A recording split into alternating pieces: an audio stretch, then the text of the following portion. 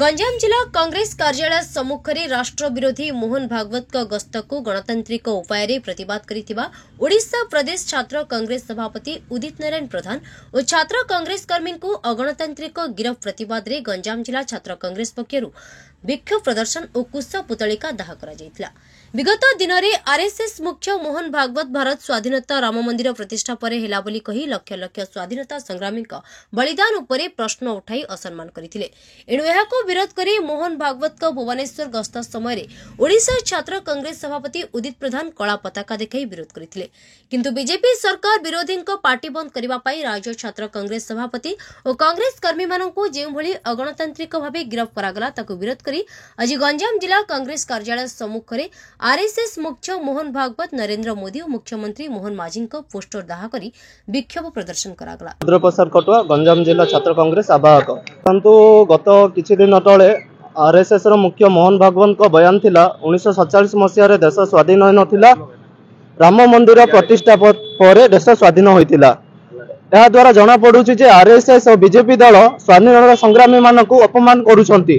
देखंतु सेमाने सुभाष चंद्र बोस हुंतु कि महात्मा गांधी हुंतु कि भगवत सिंह हुंतु सेमाने देश पय निज बलिदान त्याग करिसंती। याकू दृष्टि रे रखी हम ओडिशा छात्र कांग्रेस तरफरु मोहन भागवत को भुवनेश्वर गस्त समय कला पताका प्रदर्शन करा जायथिला।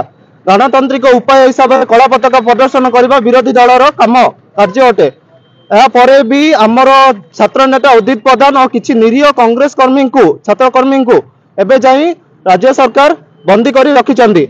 एमानंकु जल्दी तिहा करिबा पई बा जमीन करिबा पई आमे राजा रास्ता रे लड़ाई करी आसुचु।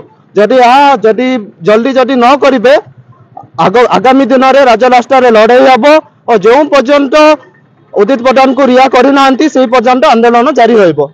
गंजाम जिला छात्र कांग्रेस सभाहक रुद्र खटुआ नेतृत्व में यह कार्यक्रम अनुष्ठित होता बेले एथिरे ब्रह्मपुर विधानसभा युव कांग्रेस सभापति तत्सत सुबुद्धि अविनाश बेहेरा, बलराम साहू, मानस रंजन प्रहराज, मनोज पात्र बहु कांग्रेस कर्मी उपस्थित थिले। तत्सत सुबुद्धि ब्रह्मपुर विधानसभा युव कांग्रेस सभापति तो किछि दिन तले आरएसएस रो चीफ मोहन भागवत एक निर्लज्ज बयान देइथिले, जहा थिला देशर स्वाधीनता को समाने स्वीकार करना। 1947 मसीह अगस्त 15 जो आमर देश स्वाधीन होता ताहाको सेमाने एक्सेप्ट करना।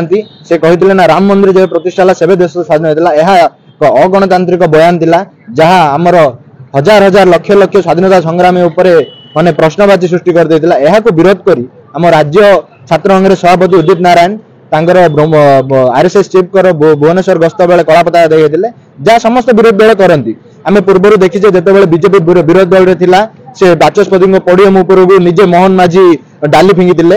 यह समस्त करंते से उग्र रूप में करथिले। आमे कला पताका देखिलु जहा संपूर्ण संवैधानिक, किंतु ए जो अगणतंत्र तांको अरेस्ट करा गला, तांको माड़ मरा जाउची, ताकू विरोध करी आमे आज पोस्टर दाह कलु आरएसएस चीफ आ मोहन माझींकर यथाशीघ्र आम मुकुलवा दाबी करुचु। नचेत यही जो आंदोलन अच्छी आगामी दिन में आहरी उग्र हम आम राजरास्ता को ओह्लैबु। गंजाम समाचार आपणकर लेटेस्ट खबर पई लाइक, शेयर, सब्सक्राइब एवं फॉलो करंतु।